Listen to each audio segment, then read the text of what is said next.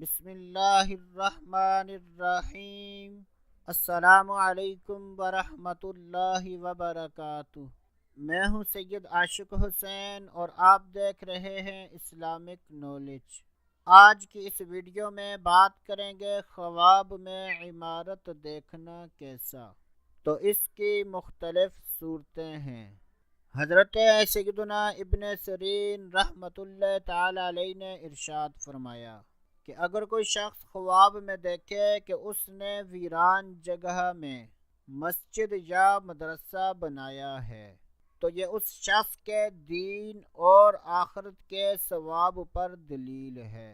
حضرت سیدنا جابر مغربی رحمۃ اللہ تعالی علیہ نے ارشاد فرمایا اگر کوئی شخص خواب میں دیکھے کہ اس نے مشہور و معروف جگہ میں عمارت بنائی ہے تو یہ اس بات کی دلیل ہے کہ ایسا آدمی خیر و منفعت پائے گا۔